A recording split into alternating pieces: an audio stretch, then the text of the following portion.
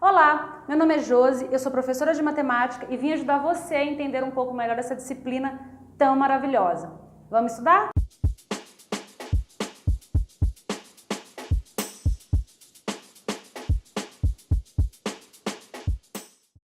Agora nós vamos fazer a raiz quadrada de um número natural, só que o resultado dessa raiz, ele não vai ser um número natural, certo? Então não vai ser um número que ele elevado a 2, um número natural elevado a 2 vai resultar naquela raiz que eu tô procurando.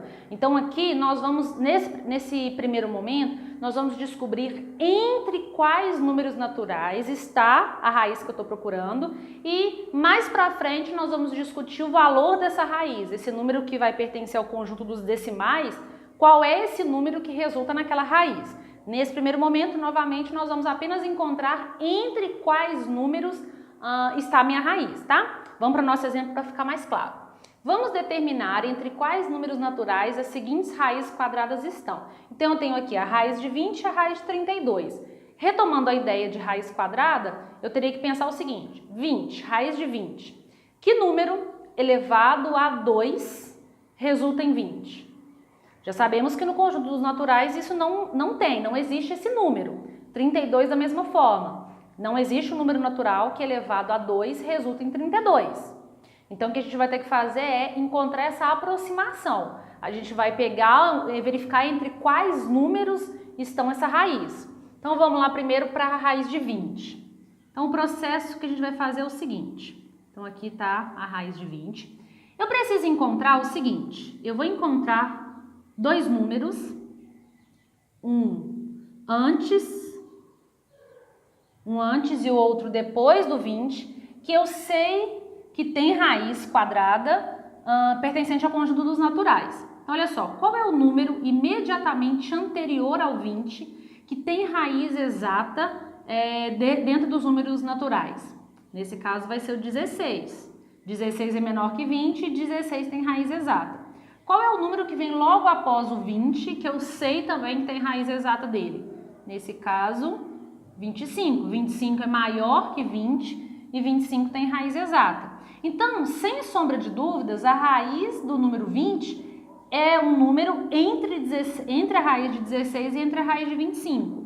Bom, a raiz de 16 é 4.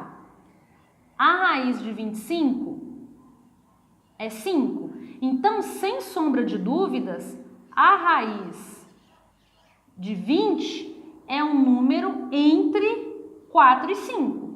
Então, ou seja, a raiz de 20 é um número decimal que vai ser da forma 4, alguma coisa. Mais para frente nós vamos discutir isso mais aprofundado para chegar bem próximo da raiz. Mas aqui nós já temos uma aproximação. Já sabemos que o resultado é um número entre 4 e 5, certo? Vamos fazer a mesma coisa agora para a raiz de 32. Então, o processo é o mesmo. Raiz de 32, eu preciso encontrar números que eu saiba a raiz exata deles, um antes e um depois do 32, que eu saiba a raiz exata.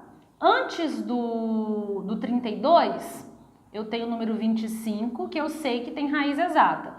Depois do 32, eu tenho o número 36, que eu também sei que tem raiz exata. Então, o 32 ele é menor que o 36 e ele é maior que o 25.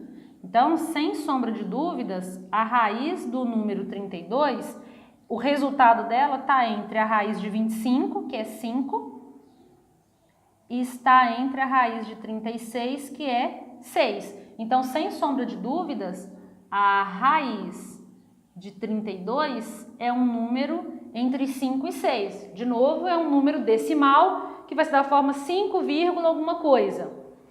De novo, mais para frente a gente vai discutir qual é uma aproximação melhor ainda para esse número. Mas só de saber entre quais raízes ele está já facilita bastante o nosso trabalho. Vamos ver agora o seguinte caso.